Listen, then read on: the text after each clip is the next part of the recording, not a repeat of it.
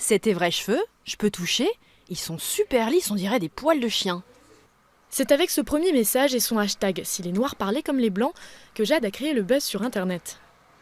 Je voulais rigoler avec mes copines sur Twitter, donc je me suis dit je veux lancer un petit hashtag comme ça et je pensais qu'on le reprendrait entre nous.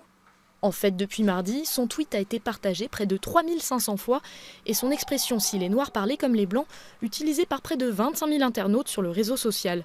Comme ici, celui de Youssoufa. Ferme les volets, François. Tu sais très bien qu'on ne te voit plus quand il fait jour.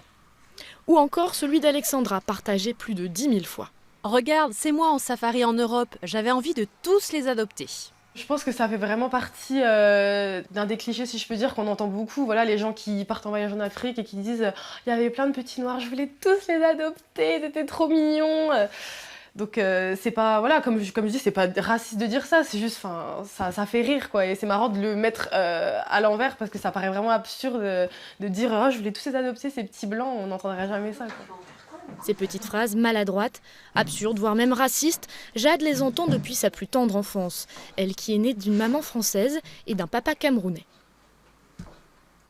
Elle a surtout souffert quand elle était petite et forcément ça me blessait. Et avec son papa, on a toujours essayé de la mettre en valeur, au contraire, de lui dire que son métissage c'était une force et qu'elle devait en être fière. Et autant ça a été dur au début, autant je pense que elle a vraiment eu une force de caractère grâce à ça, je trouve.